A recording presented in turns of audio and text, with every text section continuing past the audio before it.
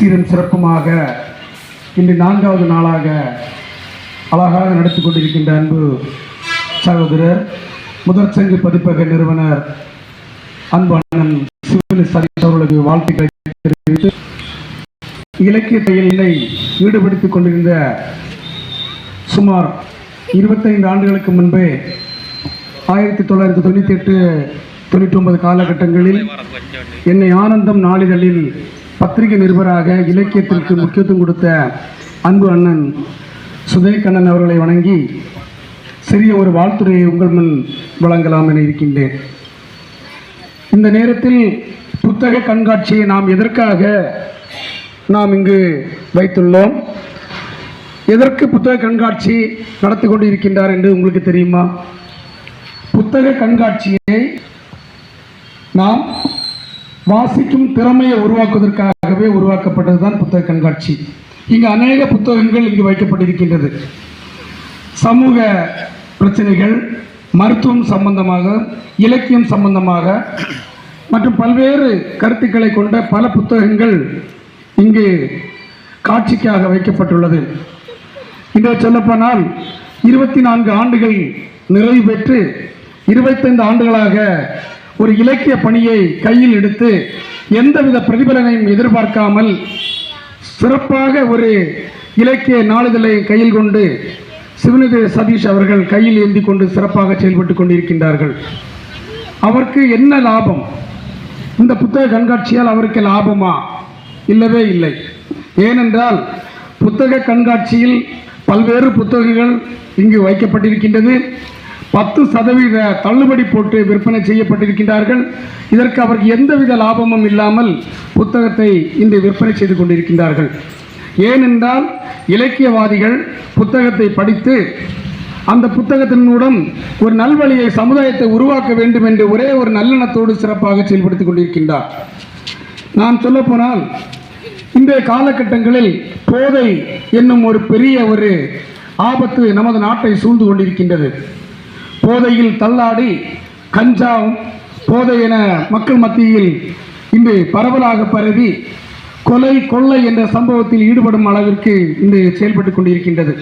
சுமார் 22 வயது ஒரு வாலிபர் கழுத்தை அறுத்து கொலை செய்யும் அளவிற்கு இன்று இந்த சமுதாயம் சீர்கெட்டு கொண்டிருக்கின்றது. ஆனால் கடந்த ஒரு வாரத்தில் திருவிதாங்கூர் அருகே மல்லன்விளை பகுதியில் ஒரு வாலிபரை கழுத்தை அறுத்து கொலை செய்யப்பட்டார்.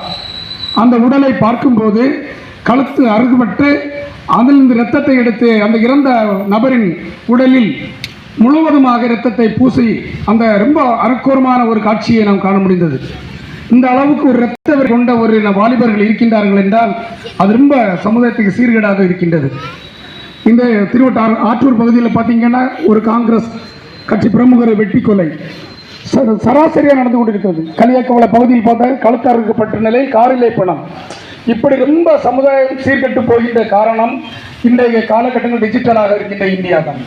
ஏனென்றால் இந்த நாட்டில் நாம் இந்த செல்போன் கலாச்சாரங்கள் வந்ததோ அங்கிலிருந்து சமுதாயத்தில் பல மாற்றங்கள் உருவாகின்றன.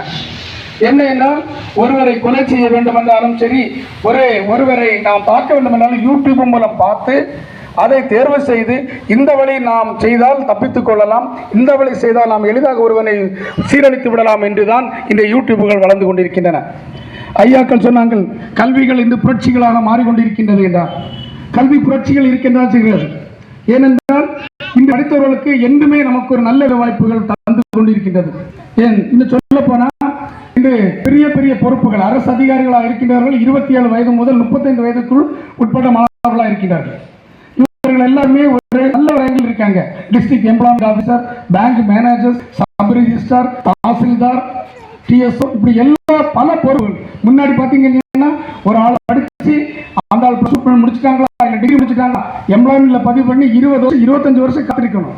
அதுக்கு பிறகு அந்த ஆளுக்கு 45 வயசு பிறகு தான் வேலை இருக்குது. ஆனால் இன்னைக்கு கலாச்சாரம் அப்படி இல்லை. நீ ப்ளஸ் டூ முடித்த உடனே கோச்சிங் கிளாஸுக்கு போகிறாங்க. அதிலிருந்து அவங்க படித்து அந்த கோச்சிங் கிளாஸ் மூலமாட்டே அவங்க திறமையை வளர்த்து இன்று பல பதவிகள் 27 வயதுக்குள்ளாகவே அவங்க அந்த நல்ல ஒரு பதவியில் அமர்ந்திருக்கின்றார்கள். செல்போன் கலாச்சாரத்தை இன்று நான் மீண்டும் ஒரு முறை சொல்கின்றேன். நல்ல விஷயங்களும் இருக்குது, கெட்ட விஷயமும் இருக்குது. செல்போன் கலாச்சாரத்தில் பெண் பிள்ளைகளை பாதுகாப்பாக நாம் பயன்படுத்திக் கொள்ள வேண்டும். அந்த செல்போன்களை 16 வயது முதல் 21 வயது பெண் பிள்ளைகளை பயன்படுத்துவதை தாய் தந்தைகள் கண்டிப்பாக பராமரித்துக் கொண்டு கவனமாக பார்க்க வேண்டும். இந்த கொரோனா காலகட்டங்களில் அந்த நேரத்தில் நாம் செல்போன் மூலமாக மட்டும்தான் நாம் காணொலி மூலம் படிக்க வேண்டிய சூழ்நிலைகள் இருந்தது. அன்றைய காலகட்டத்தில் இருந்துதான் கலாச்சாரமும் சீரழிந்து கொண்டிருக்கின்றது. பெற்றோர்களே, நீங்கள் உங்கள் பிள்ளைகளை இந்த ஒரு விஷயத்திலாவது கவனமாக பார்த்துருங்க. பிள்ளைகள் மொபைல் யூஸ் பண்ணும்போது அந்த மொபைல் எதற்காக யூஸ் பண்ணியிருக்கிறார்கள், என்ன தேவைக்காக யூஸ் பண்ணுகிறார்கள் என்று கவனமாக பார்த்துக் கொள்ளுங்கள். ஒரு நூலகம் இருந்தால் அந்த கிராமமே முன்னேறும். இன்றைய காலகட்டங்களில் பல இடங்களில் நாம் பார்க்கின்றோம். முன்னாடி பார்த்தீங்கன்னா ஒரு தீபாவளி ஃபங்க்ஷன் இருந்தாச்சுங்கன்னா அந்த சுற்று வட்டாரத்தில் ஒரு 10-15 இளைஞர் மன்றங்கள் இருக்கும். கிறிஸ்துமஸ் விழாவாக இருந்தாலும் சரி, பொங்கல் விழாவாக இருந்தாலும் பல இளைஞர் மன்றங்கள் உருவாகிருக்கும். இந்த பல இளைஞர் மன்றம் மூலம் படிப்பகங்கள் அங்கங்கே உருவாக்கப்பட்டு அந்த சிறு பிள்ளைகளுக்கு ஒரு நல்ல ஒரு திறமையை உருவாக்குங்க. பாட்டு போட்டியாக இருந்தாலும் சரி, பேச்சு போட்டியாக இருந்தாலும் சரி, கட்டுரை போட்டியாக இருந்தாலும் நல்ல திறமைகள் உருவாக்குறாங்க.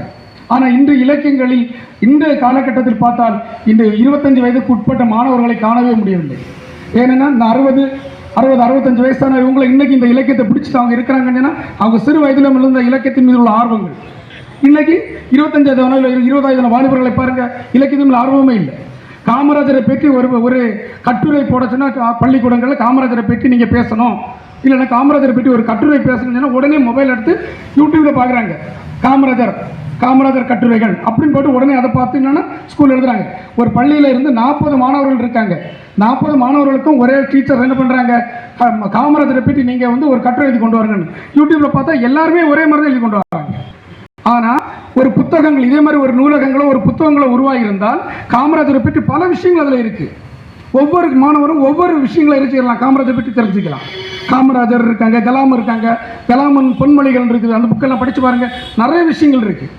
ஆனால் நிறைய பேர் என்ன படிக்கல. அவங்க சார் சொன்ன மாதிரி நிறைய பேருக்கு தூக்கம் வரதுக்கு வேண்டி புத்தகம் எடுத்து படிக்கிறாங்க, டைம் பாஸ் ஆகாமல் இருக்க வேண்டி படிக்கிறாங்க, என்னத்துக்கு பார்க்குறோன்னு தெரியாமலே பார்க்குறாங்க.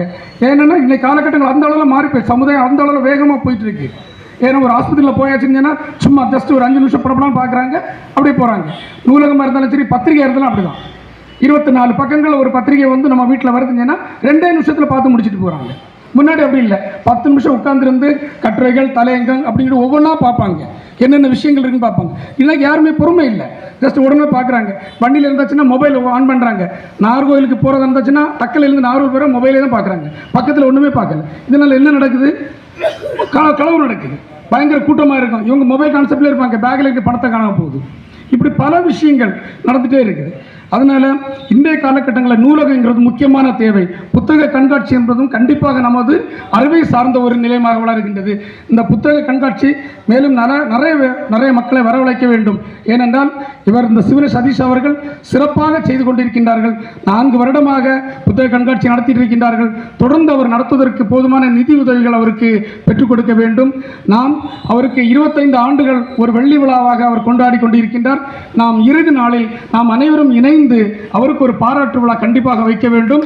அவர் ஏன்னா நமக்கு எல்லாருக்கும் அவர் பாராட்டு விழா தராங்க, நம்ம எல்லாரும் சேர்ந்தவருக்கு ஒரு பாராட்டு விழா கண்டிப்பாக வைக்க வேண்டும். ஏன்னா முதற் சங்கு 25 அவங்க கண்டிப்பாக இந்த முதற் சங்கு பத்திரிகை மூலம் அவர் கண்டிப்பாக ஒரு சிறந்து விளங்க வேண்டும். ஏன்னா இன்னும் சொல்லப்போனால் இந்த புத்தக கண்காட்சியில் வருவதற்கு கண்டிப்பாக நீங்கள் ஒரு வருகை பதிவேட்டை வைக்க வேண்டும்.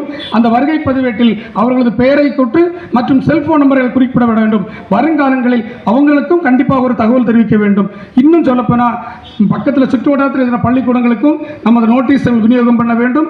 அழகியமண்டம் முதலிருந்து மேக்சிமம் நம்ம சதீஷ் அண்ணன் மாதிரி இருக்கும், நிறைய பேர் இருக்காங்க. சின்ன சின்ன ஃப்ளெக்ஸுகளை நம்ம அங்கங்கே வச்சு ஒரு விழிப்புணர்வு உருவாக்கி குமரி மேற்கு மாவட்டத்தில் ஒரு சிறந்த ஒரு புத்தக கண்காட்சியை நாம் நடத்த வேண்டும். வருங்காலங்களில் சதீஷ் கிருஷ்ண அண்ணனை போல உள்ள ஆட்கள் பெரிய பெரிய ஒரு அதிகாரிகளை கொண்டு வந்து நீதிபதியை கொண்டு வந்தது போல அடுத்த ஆண்டு ஒரு கலெக்டரையோ இல்லை டிஆர்ஓயோ இல்லை பெரிய நிச்சயமாக ஒரு பெரிய அதிகாரிகளை கொண்டு வந்து இந்த விழாவை நடத்தி சிறப்பாக முதற் சங்கு பத்திரிகை, முதற் சங்கு பதிப்பகம், முதற் சங்கு என்று அனைவரும் பாராட்டும் அளவில் சிறப்பாக செயல்படுத்த வேண்டும் என்று கூறி எனக்கு பேச வாய்ப்பளித்த உங்கள் அனைவருக்கும் நன்றி கூறி விடைபெறுகிறேன். நன்றி, வணக்கம்.